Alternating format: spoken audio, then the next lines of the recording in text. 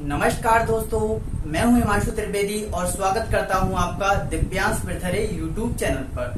तो जैसा कि आज हम डिस्कस करने वाले हैं एसएससी सीएचएसएल में 6 अगस्त की तीनों पारियों में जो क्वेश्चन पूछे गए थे उसका इंग्लिश एनालाइज, किस टाइप के क्वेश्चन पूछे जा रहे हैं, कौन कौन से क्वेश्चन पूछे जा रहे हैं, क्या प्रीवियस ईयर के भी क्वेश्चन आ रहे हैं क्या।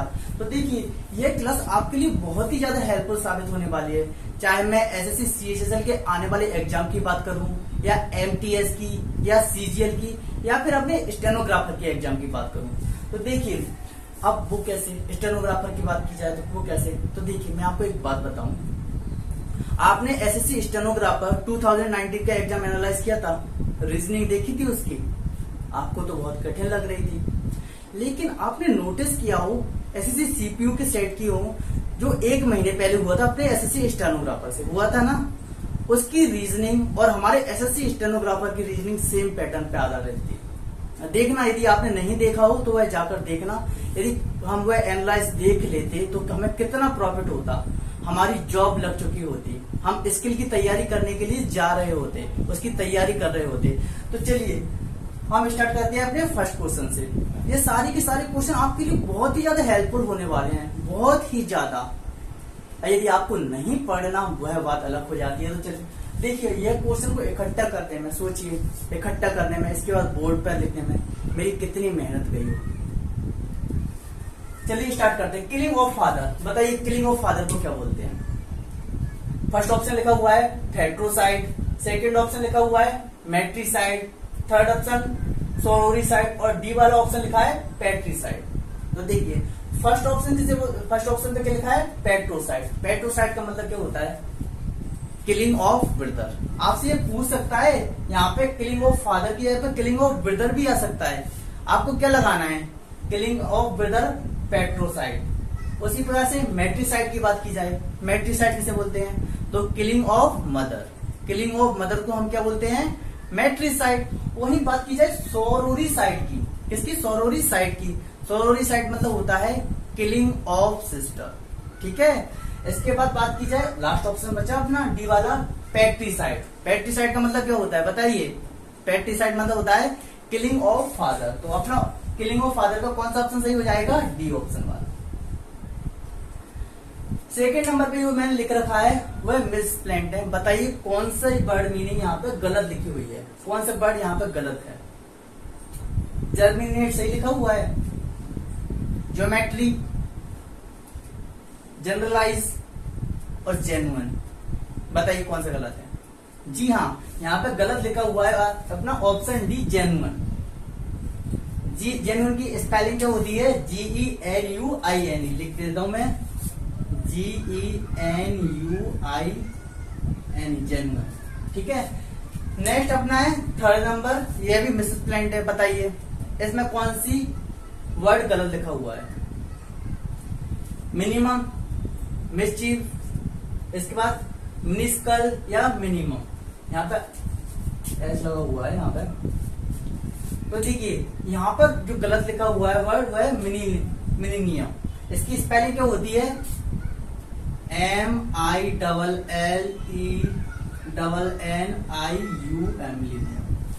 ठीक है। मतलब यहाँ पर कौन सा ऑप्शन अपना सही हो जाएगा, डी ऑप्शन यहाँ पे सही हो जाएगा। मिस्चीवियस की स्पेलिंग सही लिखी हुई है यहाँ पे, बताइए मुझे, सही लिखी हुई है। नेक्स्ट फोर्थ नंबर की बात करते हैं। तो फोर्थ नंबर में पूछा गया था अपना एक्टिव पैसिव। यह एक्टिव पैसिव आपको कमेंट बॉक्स में लिखना है कि इसका एक्टिव फॉर्म क्या हो सकती है। एक्टिव में लिखा हुआ है ना, तो बताइए इसकी पैसिव फॉर्म क्या हो सकती है। आपको सबसे पहले पहचान करना है कि एक्टिव में लिखा हुआ है, पैसिव में लिखा हुआ है। तो देखिए यहाँ पे वर्ब की थर्ड फॉर्म आ रही है ना, यहाँ पे वर्ब की थर्ड फॉर्म। अब वर्ब की थर्ड फॉर्म पैसिव में आती है, एक्टिव में आती है। तो वर्ब की थर्ड फॉर्म आती है अपनी पैसिव में, लेकिन यहाँ पे वर्ब की फर्स्ट फॉर्म में ING लिखी हुई है, ना कि वर्ब की थर्ड फॉर्म, ठीक है। तो यहाँ पे ये कायम हो जाएगा अपना एक्टिव में हो जाएगा। हमें एक्टिव से पैसिव में आपको चेंज करके दिखाना है और कमेंट सेक्शन में इसका रिप्लाई देना है। देखिए मैं आपके लिए इतनी मेहनत कर सकता हूँ, तो आप कमेंट सेक्शन में इसका आंसर तो लिख सकते हो ना। नेक्स्ट क्वेश्चन की बात की जाए, फिफ्थ नंबर पे जो लिखा था यह भी एक्टिव पैसिव है। The thief saw her unlocking the door. चोर ने उसको देखा जब वह क्या कर रही थी, अनलॉकिंग डोर को अनलॉक कर रही थी। इसका पैसिव किस प्रकार से बनेगा, तो देखिए सबसे पहले यहाँ पे ऑब्जेक्ट क्या है, मुझे आप बताइए ऑब्जेक्ट क्या है। हर है, अनलॉकिंग है, ये द डोर है। तो यहाँ पे ऑब्जेक्ट क्या हो जाएगा, हर। हर का सब्जेक्टिव किसके होता है अपना, सी। सी होता है ना। अब देखिए सेंटेंस कौन सा है अपना, टेंस कौन सा है, पास्ट इंडेफिनिट का टेंस है। पास्ट इंडेफिनिट के पैसिव का फॉर्मूला क्या लगता है, वॉज पर लग जाता है। अब सी के साथ वॉज लगेगा या वर लगेगा, सी के साथ लगेगा अपना वॉज, क्योंकि सी क्या है, एक वचन है। ही क्या है, एक वचन है। इट क्या है, एक वचन है। किसी व्यक्ति का नाम वह भी क्या हो जाएगा अपना, एक वचन हो जाएगा। तो सी वॉज। उसके बाद की जाए पैसिव में क्या आता है, वर्ब की फर्स्ट फॉर्म, सेकेंड फॉर्म या थर्ड फॉर्म, बताइए। पैसिव में आता है अपनी वर्ब की थर्ड फॉर्म। सो की थर्ड फॉर्म क्या हो जाएगी, सो सेकेंड। सी की सेकेंड फॉर्म क्या है, सो, मतलब पास्ट इंडेफिनिट में हो गया। अब थर्ड फॉर्म क्या हो जाएगी, सीन। सीन यहाँ पे मैंने लिख दिया है। अब इसके बाद हम क्या लिख देंगे, ऑब्जेक्ट, अदर वर्ड लिख देंगे, unlocking the door, unlocking the door, और लास्ट में बाय लगा के subject, bye the thief, bye the thief, bye the thief. तो देखिए यहाँ पे प्लेस ज्यादा नहीं है, इस वजह से मैं पूरा नहीं लिख पा रहा हूं। आपको मैं बोल रहा हूँ, समझ में आ रहा होगा। क्या हो जाएगा, she was seen unlocking the door by the thief. Next question की बात की जाए, ये the court said that the situation in the country was getting worse. कोर्ट ने कहा कि जो सिचुएशन है कंट्री की वह बहुत ही खराब होती जा रही थी। तो बताइए क्या बनेगा इसका। ये सबसे पहले तो आपको यह बताना है कि ये नरेशन है और डायरेक्ट स्पीच में है या इनडायरेक्ट स्पीच में है, बताइए। डायरेक्ट स्पीच कौन सी होती है और इनडायरेक्ट स्पीच कौन सी होती है। नहीं दुख गया पूरा की पूरा। तो देखिए ये अपनी लिखी हुई है इनडायरेक्ट स्पीच में। इनडायरेक्ट स्पीच क्या होती है, तो देखिए जब कोई कर्ता वक्ता के कथन को अपने शब्दों में व्यक्त करता है, ना कि उसके, मतलब उसे हम क्या बोलते हैं, इनडायरेक्ट स्पीच। देखिए क्या बनाएंगे इसका, द कोर्ट सेड दैट। सबसे पहले हमें काय में बनाना है, इसे डायरेक्ट में बनाना है, इनडायरेक्ट में। यहाँ पे मैं लिख दूं द कोर्ट सेड, लिख दूं यहाँ पे। फिर दैट के प्लेस से हम क्या लगाना है, हमें इन्वर्टेड कॉमा लगाना है। लगा दिया हमने inverted comma. The situation, the situation in the country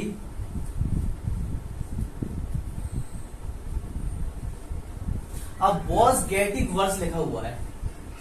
जब यहाँ पे वॉज की जगह पर इज लिखा हुआ होगा, जब जाके इनडायरेक्ट स्पीच में क्या बना हुआ होगा, वॉज बना हुआ होगा। तो यहाँ पे हम किसका यूज करेंगे, इज गेटिंग वर्स का यूज हम यहाँ पे करेंगे। ठीक है, काय का यूज करेंगे, इज गेटिंग वर्स का यूज यहाँ पे करेंगे। देखिए स्पेस कम है, इस पे इसमें क्लियर नहीं लिख पा रहा हूं। मेरी आवाज आपको क्लियर आ रही होगी तो आप लिख सकते हैं। नेक्स्ट है, Nikhil said to me I shall come to gym tomorrow. बताइए ये किस में लिखा हुआ है, तो देखिए ये लिखा हुआ है अपना डायरेक्ट स्पीच में लिखा हुआ है ना, ये अपना डायरेक्ट स्पीच में लिखा हुआ है। बनाइए आप, मैं आपको टाइम इसलिए दे रहा हूं कि आप खुद बना सको। अब मैं ही लिख दूंगा यहाँ पे तो फोटो कॉपी हो जाएगी ना पूरा पूरा, आप देखोगे आपका माइंड ही नहीं खुलेगा। आप प्रैक्टिस क्यों करते हो, सॉल्व करने के लिए, आपकी स्पीड बढ़े। और यदि मैं ही सामने क्वेश्चन लिखा और आंसर लिख दिया, मतलब क्या होगा उसका, आपके भी तो सोचने की शक्ति विकसित होनी चाहिए ना।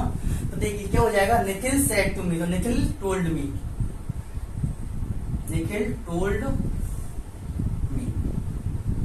अब क्या लगाएंगे यहाँ पे, इन्वर्टेड कॉमा को हटा के लगाएंगे दैट। आई का में चेंज हो जाएगा, निखिल है ना, आज सब्जेक्ट के अकॉर्डिंग चेंज होगा, तो आई का में चेंज हो जाएगा अपना ही में। अब सेल की जगह पे हमें किसका यूज करना है, शुड का यूज करना है या वुड का यूज करना है।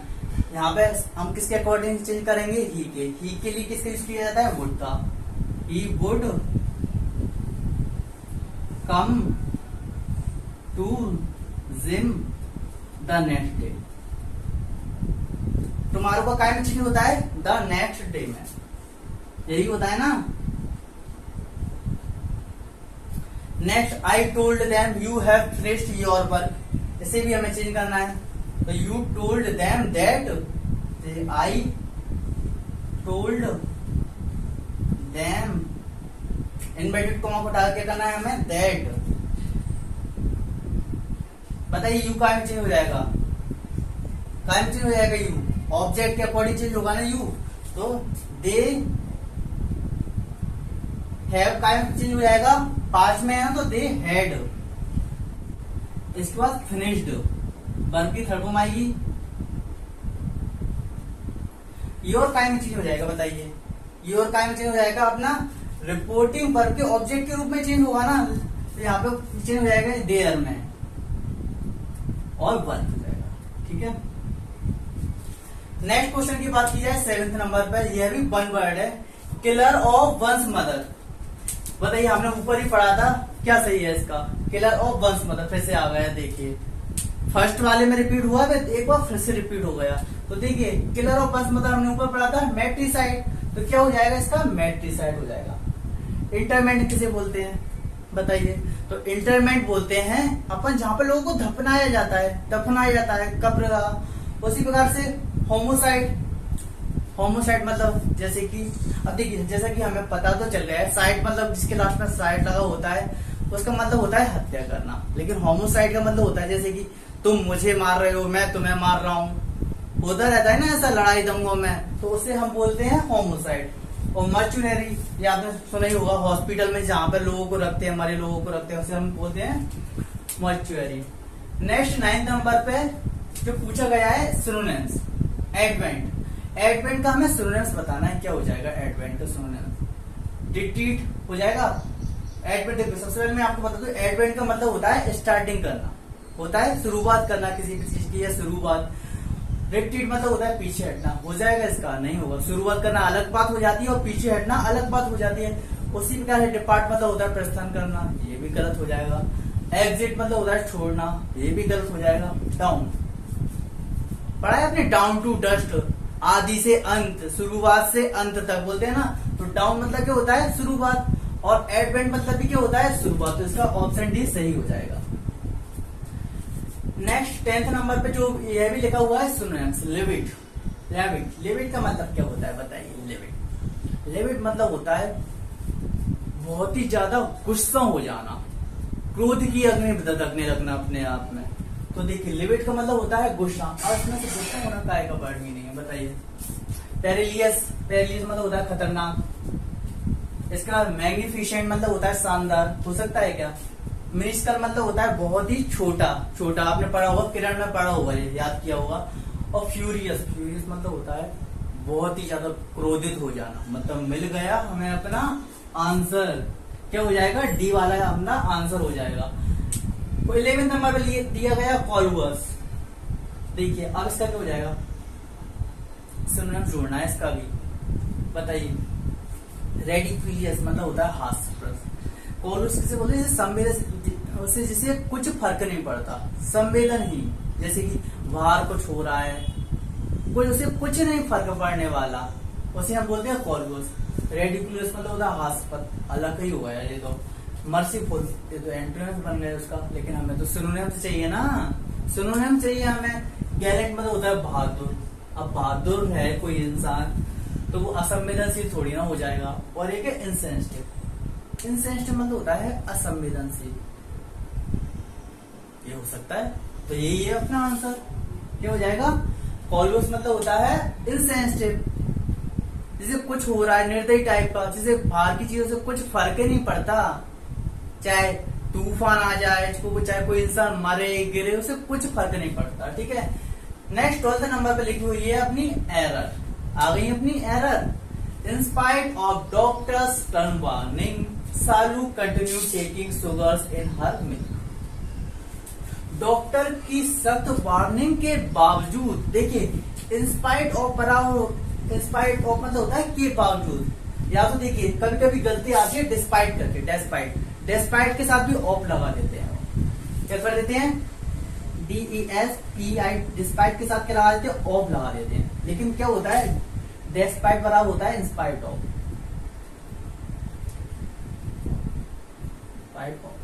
ठीक है, क्या होता है, डिस्पाइट के साथ ऑफ का यूज हमें नहीं करना, यदि वहां पे लिखा है तो वहीं पे गलती है। ठीक है, in spite of doctor stern warning Shahrukh continue taking sugar in her milk. आप मुझे बताइए,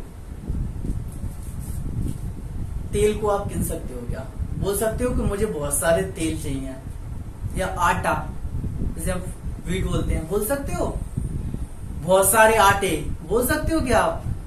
उसी प्रकार से मैं बात करूं रवा, जैसे इडली बनती है, आप बोल सकते हो बहुत सारे रवे। जिसका जो अनकाउंटेबल नाउन है, अनकाउंटेबल का आप प्लूरल बना सकते हो क्या, नहीं बना सकते ना। लेकिन यहाँ पे देखो, सुगर, सुगर मतलब होता है शक्कर, और उसमें एस लगा दिया, लग सकता है अनकाउंटेबल नाउन में एस, नहीं लग सकता। तो अपनी गलती हो जाएगी पार्ट सी में। क्या गलती हो जाएगी, सुगर्स के स्थान पर हमें शुगर का यूज करना होगा। Next, zero cholesterol damage is a very tough condition by any operation. बताइए क्या गलती है इसमें, बहुत ही सिंपल है, आपको ढूंढ ढूंढ के निकालना। देखो, आपको पहले क्या करना है, फर्स्ट वाले में देखना है गलती है या नहीं, इसके बाद सेकेंड पैराग्राफ देखना है, फिर थर्ड देखना है, और इन तीनों में यदि गलती ना हो तो नो एरर आपका आंसर होगा। बताइए क्या है, देखिए, zero cholesterol damage is a very tough condition by any operation.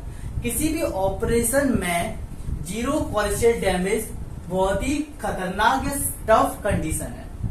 अब क्या आ रहा है, किसी भी ऑपरेशन में, लेकिन यहाँ पे बाय लिखा हुआ है, बाय, तो हम किसका यूज करेंगे, बाय के स्थान पर हम, बाय के स्थान पर हम यूज करेंगे इन का यूज करेंगे, किसका, in any operation zero cholesterol damage is a very tough condition in any operation.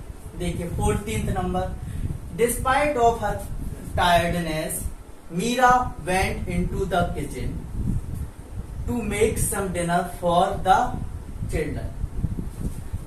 मतलब थकी हारी होने के बावजूद मीरा कहां पर गई, किचन में गई, और उसने अपने बच्चों के लिए क्या बनाया, बच्चों के लिए क्या बनाया, डिनर तैयार किया। बताइए क्या है, अभी पढ़ा था, अभी। देखिए फिर से कितनी बार रिपीट हो जाते हैं यार, तुम खुद देखिए, बताइए कितनी बार रिपीट हो रहे हैं, आप बताइए। क्या पढ़ा था, डिस्पाइट ऑफ कभी नहीं होता, हाँ यहीं पे पढ़ा था। देखिए डिस्पाइट, या तो डिस्पाइट अकेले लिखते हैं, इंस्पाइट ऑफ लिखते हैं। देखिए यहाँ पे फिर से गलती आ गई, डिस्पाइट ऑफ, जो कि होता नहीं। तो अपना गलती किस पार्ट में हो जाएगी, ए वाले पार्ट में हो जाएगी। डिस्पाइट ऑफ के स्थान पर हम किसका यूज करेंगे, इंस्पाइट ऑफ का, या फिर यहां से ऑफ हटा देंगे। 15 नंबर पे आते हैं, I have many friends at mine school where we study and play together. TOGA, ये अलग अलग नहीं है, एक ये TOGDH, ठीक है। बताइए इसमें क्या गलती है। आप यदि बात करो मेरा पेन, मेरे पेन को आप क्या बोलते हो, माइन पेन या माई पेन, माई पेन बोलते हो ना। यदि मैं बोलूं ये किसका मार्कर है, मेरा मार्कर है, तो इसे मैं क्या बोलूंगा, माइन मार्कर या माई मार्कर, माई मार्कर बोलूंगा। मैं अपने स्कूल में पढ़ता था, मैं उसे माइन स्कूल बोलूंगा या माई स्कूल बोलूंगा, बताइए।